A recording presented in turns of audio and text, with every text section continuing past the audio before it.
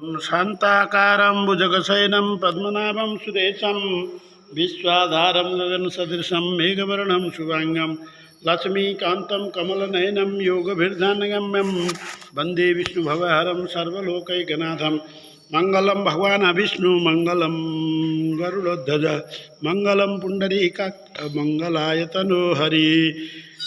ओम एयं सदा परिभवनमविष्टदोहं तथा स्वदं शिवविरचिनुतं शरण्यं वेदाद्यं प्रणतपालभवाब्धिपोतं वन्दे महापुरुषते चरणारविन्दं वन्दे महापुरुषते चरणारविन्दं त्यक्त्वा सुदुःसुरेक्षितराजलक्ष्मी धर्मिष्ठार्यवचसा यदगाधरण्यं मायामृगं दैतैश्चिदवन्वदावद् वन्दे महापुरुषते चरणारविन्दं वन्दे महापुरुषते चरणारविन्दम् वक्रतुंड महाकाय सूर्यकोटि समप्रभ निर्विघ्नं कुरु मे देव सर्वकार्येषु सर्वदा निर्विघ्नं कुरु मे देव सर्वकार्येषु सर्वदा निर्विघ्नं कुरु मे देव सर्वकार्येषु सर्वदा निर्विघ्नं कुरु मे देव सर्वकार्येषु सर्वदा। नारायणं नमस्कृतं नरं चैव नरोत्तमं देवीं सरस्वतीं व्यासं ततो जयमुदीरयेत्। इस प्रकार नारद जी ने पृथु राजा से कहा कि वहाँ पर ऋषि मुनियों के से युक्त सैकड़ों विमान भी आ गए, भगवान के पार्षद भी आ गए।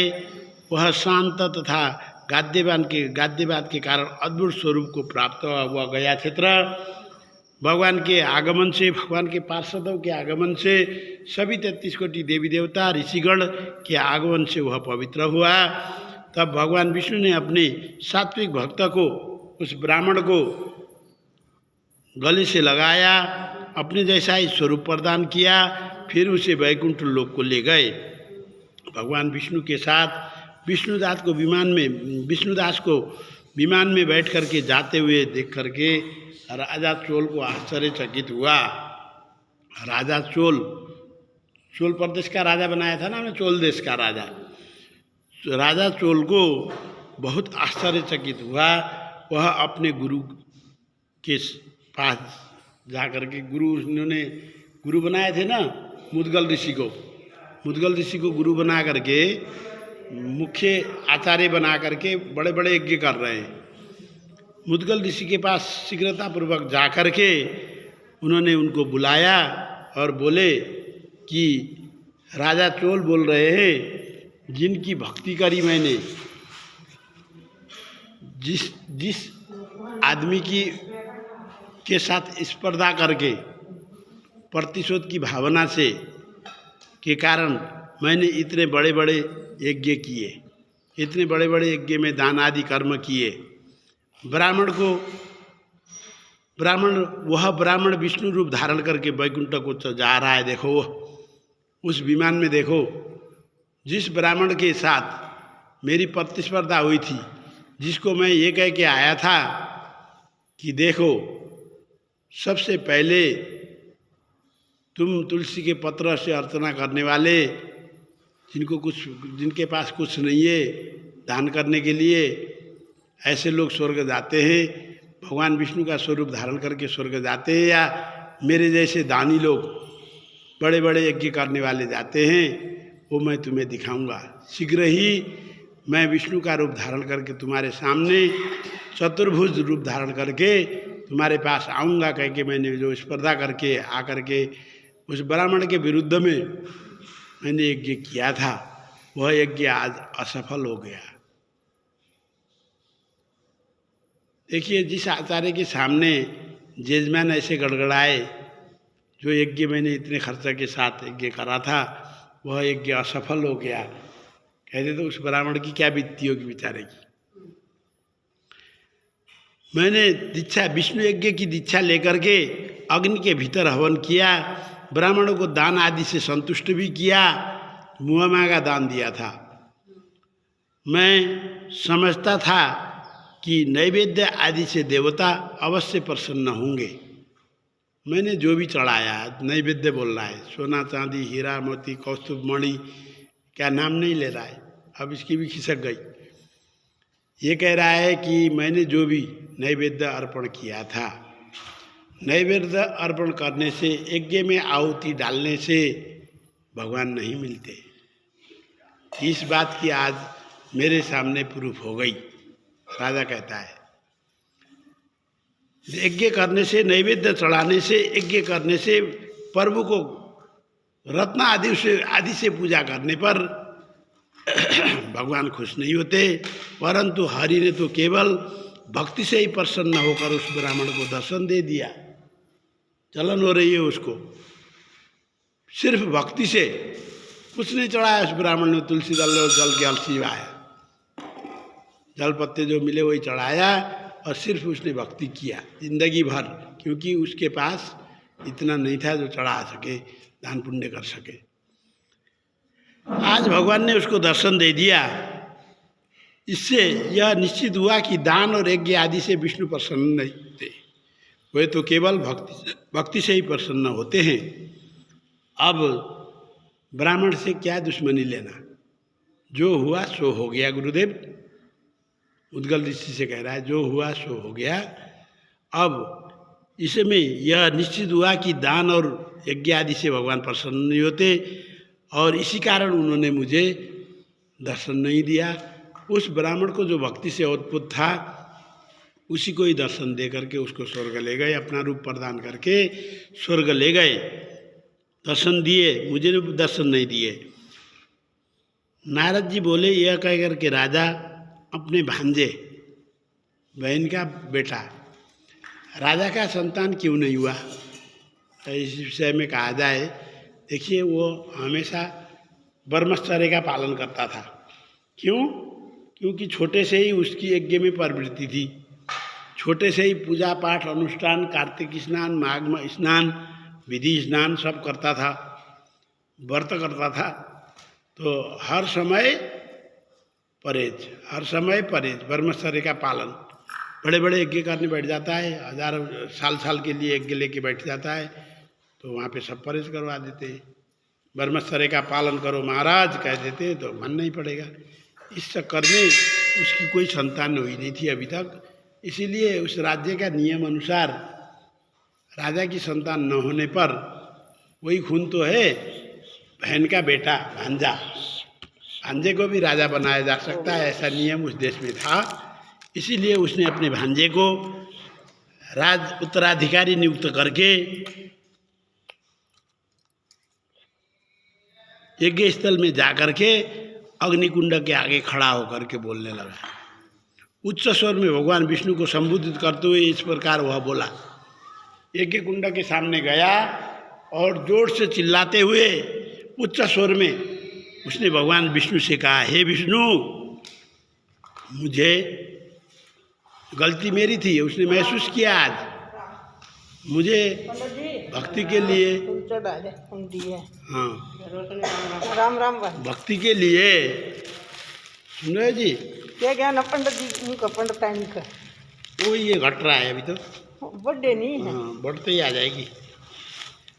उसके बाद ऐसे बोल रहे हैं कि हे विष्णु भगवान, हे विष्णु भगवान, आप मुझे मन, वचन और कर्म में स्थिर भक्ति दीजिए।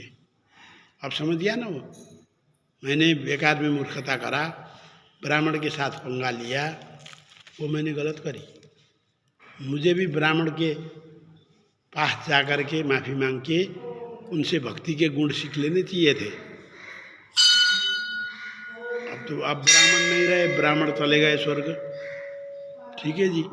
और मुद्गल ऋषि जैसे को आचार्य बनाया था, वो यज्ञ पे विश्वास करते थे ऋषिगण, यज्ञ से ही कल्याण होगा महाराज, महाराजों का कर्म है यज्ञ करना, यज्ञ से ही कल्याण होगा आपका। इसलिए अब मुद्गल ऋषि भी, और इसके अलावा यज्ञ के अलावा और कोई शिक्षा दे नहीं सकते थे, भक्ति के विषय में शिक्षा मांगी नहीं थी राजा ने, तो यज्ञ के लिए नियुक्त किया था उनको। इस प्रकार हाथ जोड़ते हुए स्थिर भक्ति प्रदान कीजिए यह कह करके सब लोगों के देखते देखते राजा अग्निकुंड में कूद पड़ा। देखिए जी, जैसे ही राजा अग्निकुंड में कूदा तो मुद्गल ऋषि को भी क्रोध आया, आज मेरे सामने इतनी बेइज्जती। मुद्गल ऋषि की अब कोई उनको आचार्य नहीं बनाएगा। क्यों? इतना बड़ा चोल प्रदेश का राजा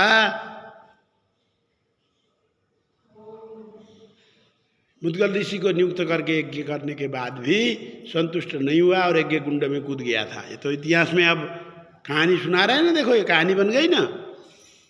इतनी बड़ी बेइज्जती सहन नहीं कर पाए और उनको क्रोध आया। जैसे ही क्रोध आया और चोटी पकड़ करके खींचा और चोटी भी यज्ञ कुंड में चढ़ा दिया। इसीलिए उस दिन से मुद्गल गोत्रीय ब्राह्मण चोटी नहीं रखते। कईयों की होती नहीं, ऐसे भी कहते पंडित जी यहीं पे तलवा जो है हो जाता है, पर अगर होती भी है तो भी चोटी नहीं रखते हो। उन्होंने, उनके ऋषि ने चोटी चढ़ा दिया था। और उसी समय मुद्गल ऋषि क्रोध में भर करके चोटी उखाड़ ली। उसी समय मुद्गल गोत्रीय ब्राह्मण ने, उसी समय से मुद्गल गोत्रीय ब्राह्मण बिना चोटी के रहते हैं। तब भक्तवत्सल भगवान विष्णु अग्निकुंड में राजा जो कूद गया था, वहाँ पे भगवान साक्षात भगवान प्रकट हो गए और कुछ नहीं जला सका वो अग्नि उसको, राजा को। उन्होंने उस राजा को आलिंगन किया, अपने शरण में ले लिया और अपना ही जैसा रूप प्रदान करके विष्णु लोक को ले गए, विमान में बिठा करके। हाँ, अप्सराओं के साथ सेवित होते हुए, ढोल नगाड़ों के साथ लेके चले गए, अपने जैसा ही स्वरूप दे करके विमान में बैठा के ले गए। फिर उसे अपने लोक में ले गए। तदुपरांत विष्णुदास वहाँ पे पहुँचा, जो ब्राह्मण था वहाँ पे पहुँचा तो उन्होंने उसको पुंडेशील नाम का अपना दास बना दिया। पुंडेशील और सुशील, राजा चोल जो है वो सुशील बना दिया उसको। पुंडेशील और सुशील दोनों भगवान के दूत हैं। 24 घंटा जैसे हमारे बजरंगबली जी, हनुमान जी राम की सेवा में 24 घंटे नियुक्त होते हैं, उसी प्रकार पुंडेशील और सुशील भी भगवान नारायण के पार्षद बन करके हमेशा हमेशा के लिए अपना ही स्वरूप प्रदान करके, चतुर्भुज नारायण का ही जैसा स्वरूप प्रदान किया भगवान ने, और उनको दोनों को अपने गेट पे खड़ा कर दिया। पुंडेशील और सुशील, राजा का नाम सुशील हो गया और ब्राह्मण का नाम हो गया, चोल राजा को सुशील बना दिया और विष्णुदास ब्राह्मण को पुंडेशील बना दिया। उन्होंने भगवान विष्णु जैसा स्वरूप प्रदान किया। इस प्रकार हमने विष्णुदास और चोलोपाख्यान की कहानी सुनी। अब मैं आपको आज कहीं ले जा रहा हूँ, दत्तचित्त एकाग्र होकर के सुने। एक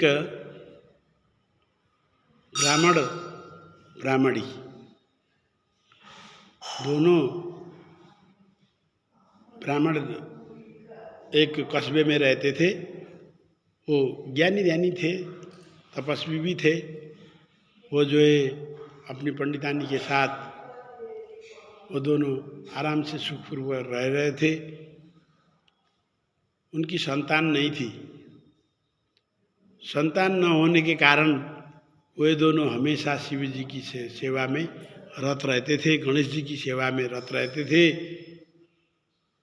करते करते उम्र बीतता गया 50-55 के हुए तो उस समय उनके यहाँ एक सुंदर बालक ने जन्म लिया। भगवान की कृपा देखिए, हमेशा उन्होंने कार्तिक स्नान करा, हमेशा उन्होंने माघ स्नान करा, हमेशा उन्होंने श्रावण स्नान किया गंगा जी में।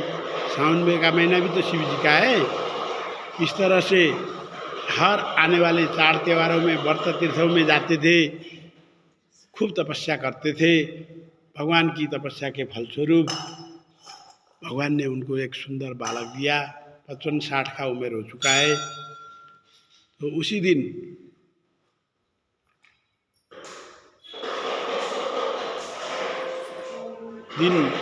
चलते गए, गांव में एक कुटी जैसा था। 1 कमरे का मकान होता है कुटी, 1 कमरे का मकान होता है कुटी। कुटी में सब कुछ होती है। राधे राधे। सुन रहे हो जी? कुटी के कारण, कुटी में एक ही कमरा होता है। जैसे हम कभी भी किराए में रहे, एक कमरे में अगर रहे तो उसी में किचन है, उसी में मंदिर है, उसी में खाट है, उसी में अलमारी है, क्या क्या नहीं है, सब कुछ है। ऐसा ही उनका एक ही कमरे वाला मकान कुटी था। आराम से ब्राह्मण ब्राह्मणी रहते थे। जजमान प्रशस्त थे, उनके खाने की पहनने की कोई कमी नहीं थी, पर रहने की कमी थी। एक लॉपटॉन नाम का यात्री, उनके यहाँ बच्चा पैदा हुआ है ना, बच्चा पैदा हुआ है, 6ठा दिन हो चुका है, 6ठा दिन हो चुका है। तो एक लॉपटॉन नाम का आदमी उनके घर में बास मांगने के लिए जाता है रात के समय में, 6ठी के दिन। हे प्रभु, अतिथि देवो भवः, बिना तिथि मिति अचानक आकर के रहने की गुजारिश करने वाला तो साक्षात भगवान का रूप है, ऐसा कहा गया है। पर हे अतिथि देव, मैं मजबूर हूँ, मेरे पास कोई रहने के लिए कमरा नहीं है, और मेरे पास एक कमरा है, उसमें भी मेरी बीवी सूतक, श्रावण सूतक में है, 6ठा दिन हो गया है। हाँ, अगर आप जिद करते हो मेरे यहाँ रहने की, तो आप दिल्ली पर सो सकते हो, दरवाजे पर सोने की जगह हो सकती है आपके लिए, मैं चटाई उटाई बिछा दूंगा, आप यहाँ सो सकते हो। उस लेप्टन नाम के आदमी को और कहीं जाने का जो है मूड नहीं हुआ उसका। सुंदर बालक भी है इनके घर में, और वो कह रहे हैं कि आज 6ठा दिन है, 6ठे दिन में छठी देवी आती है और भाग्य लिख करके जाती है, ऐसा मैंने सुना था। 6ठे दिन में पंडित जी छठी कब की है पूछते हैं ना लोग। छठी का मतलब 6ठा दिन।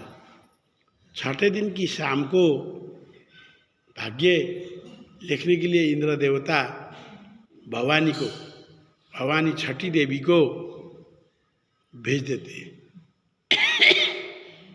ठीक है, तो उसने सोचा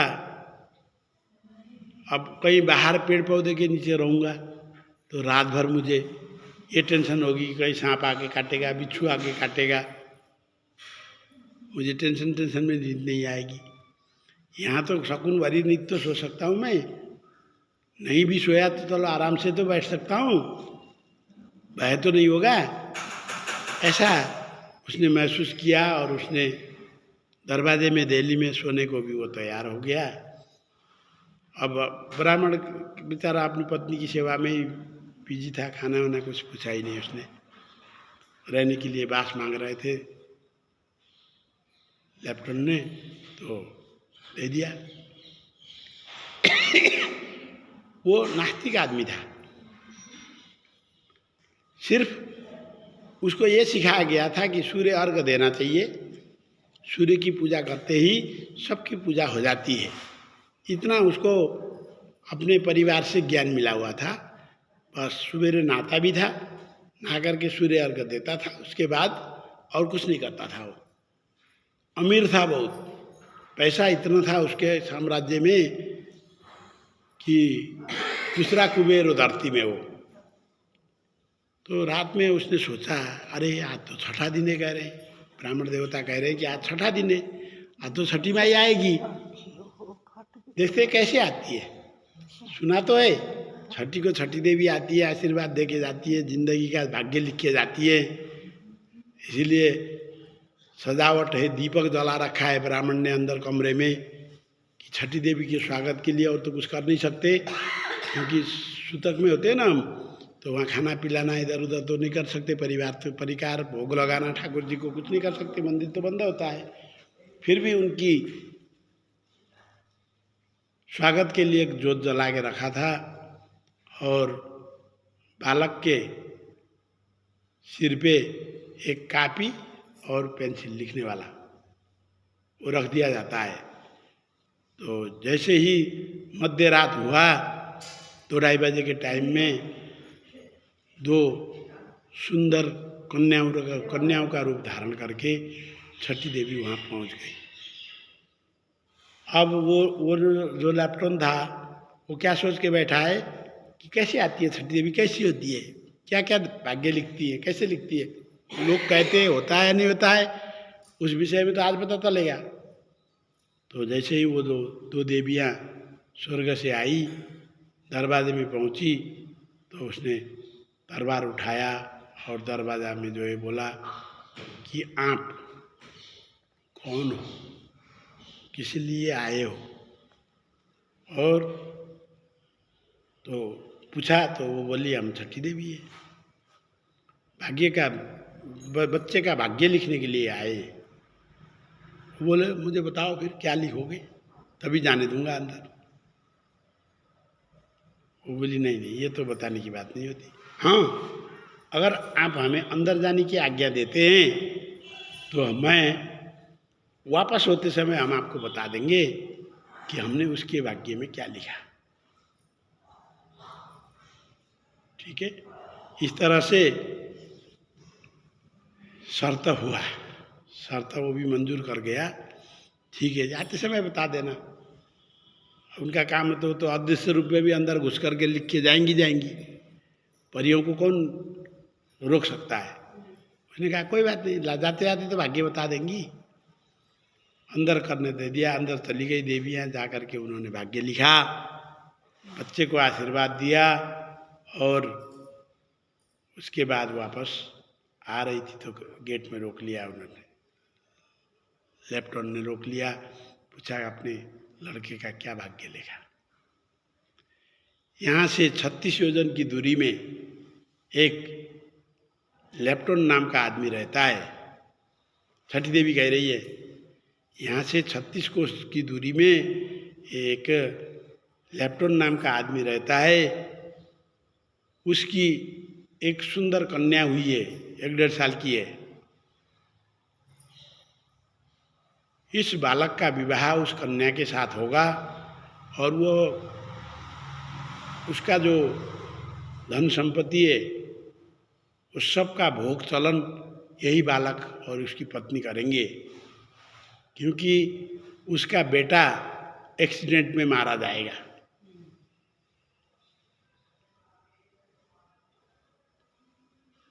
क्योंकि इस बच्चे ने इतना किस्मत लेके आया है कि उसकी जो प्रॉपर्टी है, जितना भी जमीन जायदाद है, जितना भी पैसा है, वह सब इस लड़के के भाग्य में लिखा है। यही भोग चलन करेगा अपनी पत्नी के साथ। तो इसका मतलब शादी में दहेज में घर जवाई रहेगा, घर जवाई बनेगा और वहाँ पे ऐसे होगा। और चोल नाम का जो आदमी है वो भी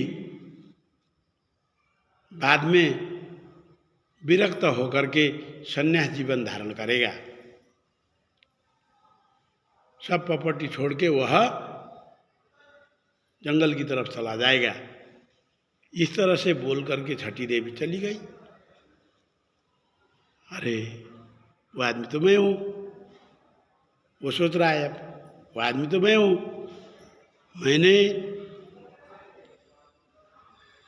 एक सुंदर कन्या को जन्म दिया है, भगवान की कृपा से मेरे यहाँ कन्या हुई है, 1 साल हो गया। अथाह संपत्ति है कह रहे हैं, अथाह संपत्ति मेरे पास भी है। हाँ? लेफ्टन नाम का आदमी भी मैं हूँ। अब वो वहाँ पर ब्रह्म मुहूर्त हुआ, जैसे ही ब्राह्मण उठ करके स्नान करके आए तो वह भी धरने में बैठ गया।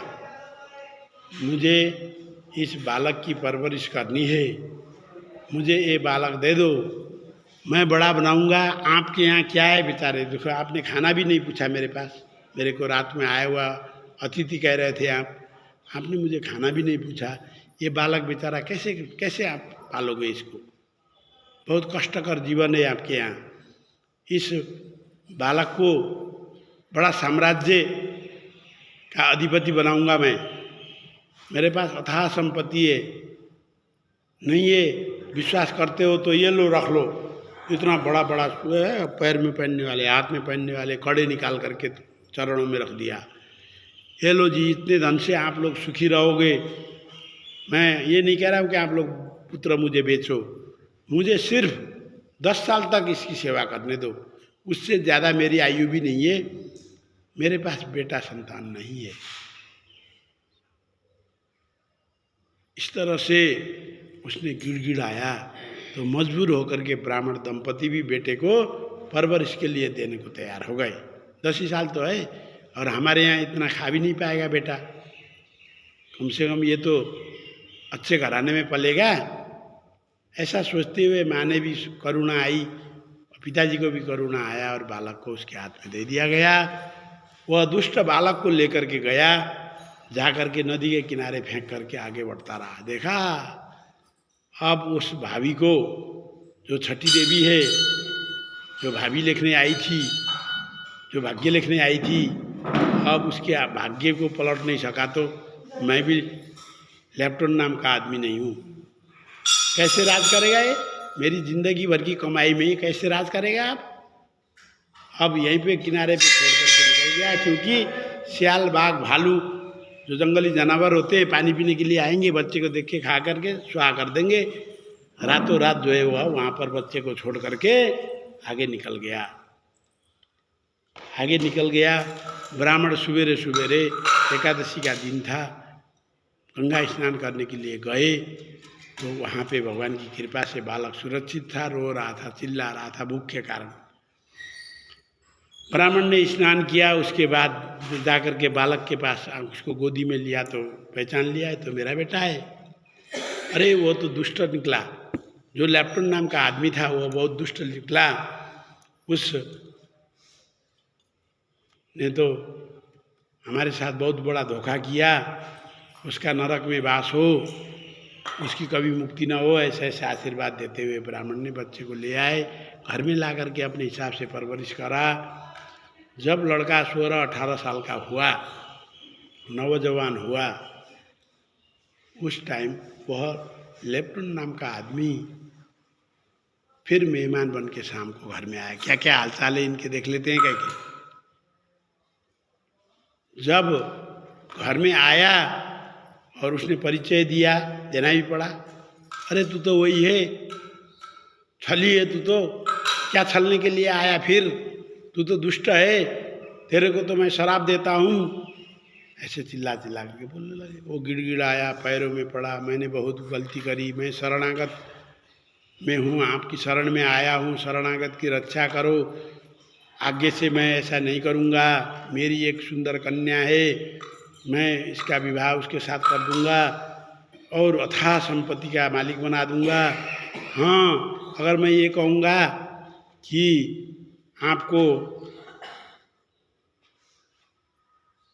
मैं इस बच्चे को लेके जा रहा हूँ, शादी करके लेके आऊँगा, कहूँगा तो आप लोग नहीं मानोगे, इसीलिए मैं यहीं बैठे बैठे ही इसकी मेरी कन्या के साथ शादी करवाता हूँ।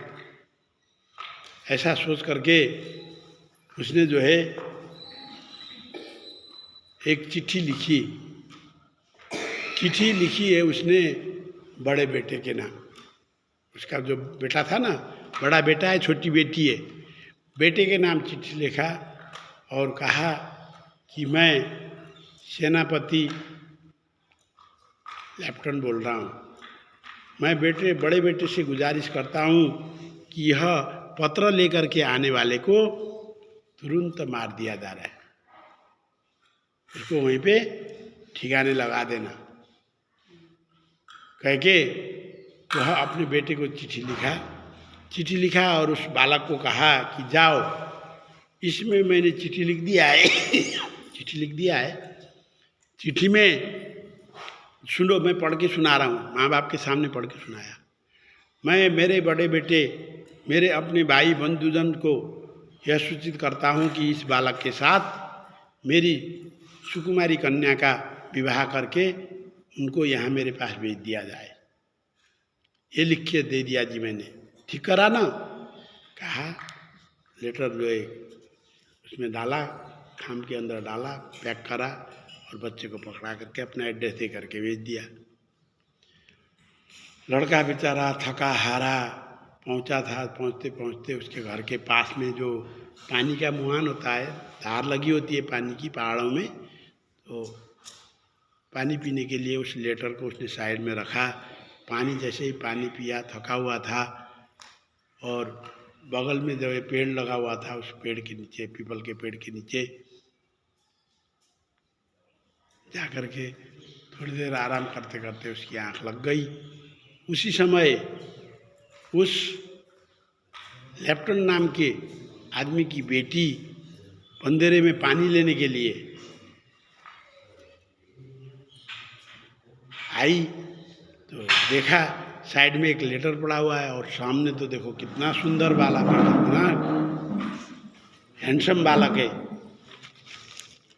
ऐसा बालक तो मेरी ज़िंदगी में मिल जाता तो मैं बल्ले बल्ले हो जाती, मेरा कल्याण हो जाता।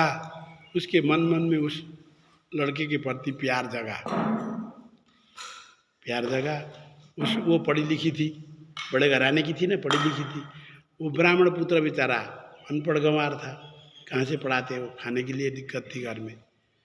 उसने तो चिट्ठी खोल के देखा ही नहीं था। उस लड़की ने जो है आराम से चिट्ठी खोल करके देखा, तो उसमें तो अपने बड़े बेटे को मेरे पिताजी ने मारने का आदेश दिया है। बेचारा इतना सुंदर है, क्या कसूर करा होगा इसने, नहीं ऐसे इंसान को मरने नहीं देना चाहिए, बचाना चाहिए कह के उसने दूसरे कागज़ में एक लेटर लिखा कि बेटा इस लड़के के साथ मेरी सुकुमारी कन्या का विवाह कर दिया जाए। देखो मन में ठान लिया था ना, पति बना लूँ। चुपचाप वहाँ डाल करके वो वहाँ से निकल गई, घर आ गई। वह ब्राह्मण पुत्र वो उठा वहाँ से, देखा अरे चिट्ठी भी रह गई, पकड़ा, आप जेब में डाल चल दिया घर, पूछते हुए एड्रेस। हाँ, लेफ्टन का घर कहाँ है जी कह के हुए गया। घर में गया, जाते ही उसने फलाना का नाम क्या है, घनश्याम नाम किसका है, घनश्याम नाम के आदमी को चिट्ठी देना है कह के भेजा है। किसका नाम है घनश्याम? हाँ जी मैं हूँ, लाओ जी। जब उसने खोल के देखा तो पिताजी का साइन है, सिग्नेचर है, आदेश है कि मेरी कन्या का विवाह इसके साथ कर देना। विवाह कर दिया गया। उसके बाद बहुत महीने तक वह वहीं पे रंग रंगलिया मनाने लगा, उसी के साथ रहा। तो लेफ्टन बोला उसके माँ बाप को, हमारे दामाद जी कहाँ चले गए, क्यों उधर ही मेरी बेटी के मोह माया में फंस गए लगता है, इसीलिए मैं उनको आप लोगों के पास भेज रहा हूँ सेवा के लिए, मुझे आज्ञा दीजिए कह के वहाँ से निकला। और जैसे ही घर में आया तो उसने देखा कि ये तो बेटी दामाद बन चुका है। अब उसको मारने की तरकीब करी। तो गांव में एक कसाई था, कसाई रहता था, तो उसका काम था, मोची का काम भी था। वो उसका प्रिय दोस्त था। उसके पास गया, अगले दिन जाकर के उस मोची के पास जाकर के कहता है कि मैं किसी को आपके पास किसी काम से भेजूंगा, जो मेरा संदेश लेके आएगा उसका सिर कलम कर देना। बोले अगले दिन राजा बोले दामाद जी इधर आओ। कुछ बोल के आया ना अपने दोस्तों को, सिर कलम कर देना। दामाद जी इधर आओ, देखो मैं फलाने मोची के यहाँ जूते दे करके आया हूँ, बहुत महीने हो गए, उनको बोलो मेरे जूते तैयार करके दे दे। राजा तीर्थ यात्रा के लिए जा रहे हैं, जूते चाहिए, अच्छे जूते की ज़रूरत है, बोलो जाओ। ठीक है पिताजी। दामाद तो अब ब्राह्मण घर कुल का था, आज्ञा का पालन करने वाला था, ससुर पिता के समान है, पत्नी का तो पिता ही है। उसने आज्ञा दिया और मैं नहीं करूँ, ऐसे हो सकता है? ऐसा विचार करके वह लड़का तुरंत आदेश का पालन करते हुए जा रहा था। रास्ते में उतने में उसका जेठान उधर से आ रहा था। अरे दामाद जी सवेरे सवेरे इतने जल्दी जल्दी कहाँ भागे भागे जा रहे हो आप? तो बोले पिताजी बोले कि वो फलाने मोची के घर में मेरे जूते रखे हैं, आप लेके आ जाओ कह के भेजा है। उसने कहा हमारे पिताजी सठिया गए क्या? क्या उनका दिमाग काम नहीं कर रहा है? दामाद को, अपने दामाद को जूते लेने के लिए भेजे? हम मर गए थे क्या? नहीं दामाद जी, ये गलत बात है, आप यहीं से लौटो, मैं आपके पीछे पीछे जूते मैं खुद लेके आ रहा हूँ। ऐसा कहते हुए दामाद को वापस लौटा दिया। उसका बेटा वहाँ चला गया जूते लेने के लिए। लो जी, जो लेफ्टन के जूते कहाँ हैं जी? दे दीजिए, मैं लेने आया हूँ। क्या कहा था? जो जूते लेने आएगा उसको सिर कलाम कर देना। उसने अंदर से तलवार निकाला और धड़ाम से सिर धड़कर अलग कर दिया। उतने में दामाद घर पहुंचा। कहा क्या कहाँ से आ रहे हो, क्या कर रहे हो, जूते क्यों नहीं लाए, क्या बात हो गई? बोला मैं तो जा रहा था, उसी काम के लिए जा रहा था। रास्ते में हमारे क्या बोलते हैं उसको, साले को जेठान बोलते हैं। जेठान हो गया ना, बड़ा साला। हाँ, हमारे जेठान जी मिल गए और जेठान जी ने जो है कहा कि सांप क्यों लाओगे, हम लाएंगे, कह के वो खुद लेने चले गए। उस लेफ्टन को आभास हो गया अब मेरा बेटा गया। रोते रोते भागे भागे जब वहाँ पहुँचा तो देखा भाई बेटा तो गया। उसी काज क्रिया अंत्येष्टि क्रिया करने के बाद वह आदमी अपने धन दौलत को सबको बेटी दामाद के नाम करके वह बैरागी जीवन, क्योंकि पत्नी तो पहले गुजर चुकी थी, पत्नी नहीं थी उसके घर में, बैरागी जीवन जीने के लिए जंगल की ओर निकल जाता है। तो इसीलिए इससे ये सिद्ध हुआ कि कितना भी करोगे, पता होने के बाद भी बहुत उपाय करे, छठी देवी की आशीर्वाद को, छठी मैया की आशीर्वाद को विफल करने के लिए उसने बहुत कोशिश करा, पर सफल नहीं हुआ। अंत में अपने बेटे को भी गंवाना पड़ा। जो छठी देवी आकर के लिख देती है वो अवश्य में वो होता है। छठी माई की महिमा गाते हुए लोग कल से ही 3 दिन की तपस्या में बैठ चुके हैं। गंगा किनारे, पानी के किनारे, जहाँ भी नल पानी का साधन है, नहीं तो आर्टिफिशियल बनाते हैं, नए कुएँ खोद करके भी पानी भर के अब तपस्या के लिए 3 दिन की तपस्या में लग चुके हैं बड़े बड़े साधक। तो उन छठी मैया क्या क्या चमत्कार कर सकती हैं?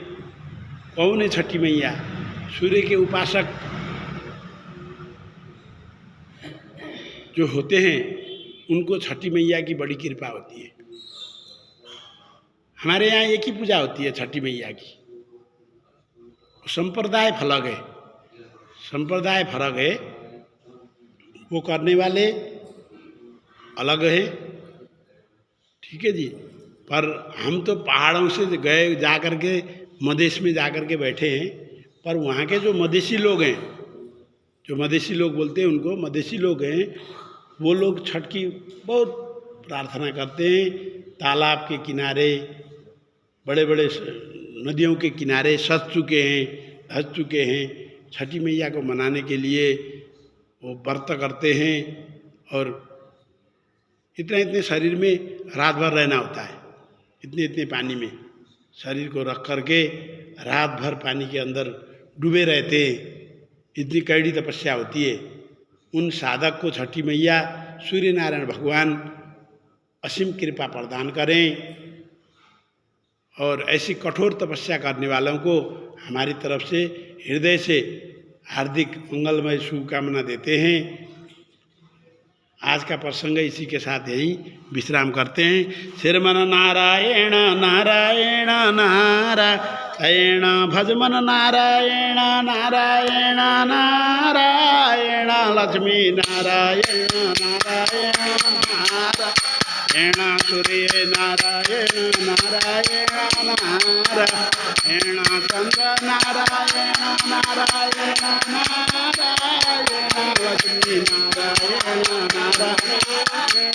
नारायण नारायण, सूर्य नारायण नारायण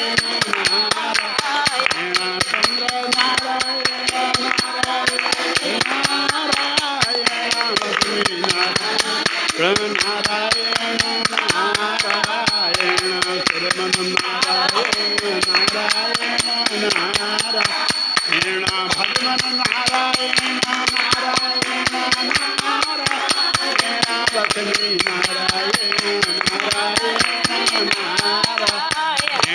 श्रीमन्नारायण नारायण नारायण भजमन नारायण नारायण नारायण लक्ष्मी नारायण नारायण नारायण श्रीमन्नारायण नारायण नारायण भजमन नारायण नारायण नारायण लक्ष्मी नारायण नारायण नारायण भद्रे नारायण नारायण नारायण मुक्ति नारायण नारायण नारायण। बोलो लक्ष्मी नारायण भगवान की जय, यज्ञ पुरुष भगवान की जय, खाटू नरेश की जय। मैं मेरी सच्चिया जोता वाली माता तेरी सदा विश्वदा देव, बोलो सच्चे दरबार की जय।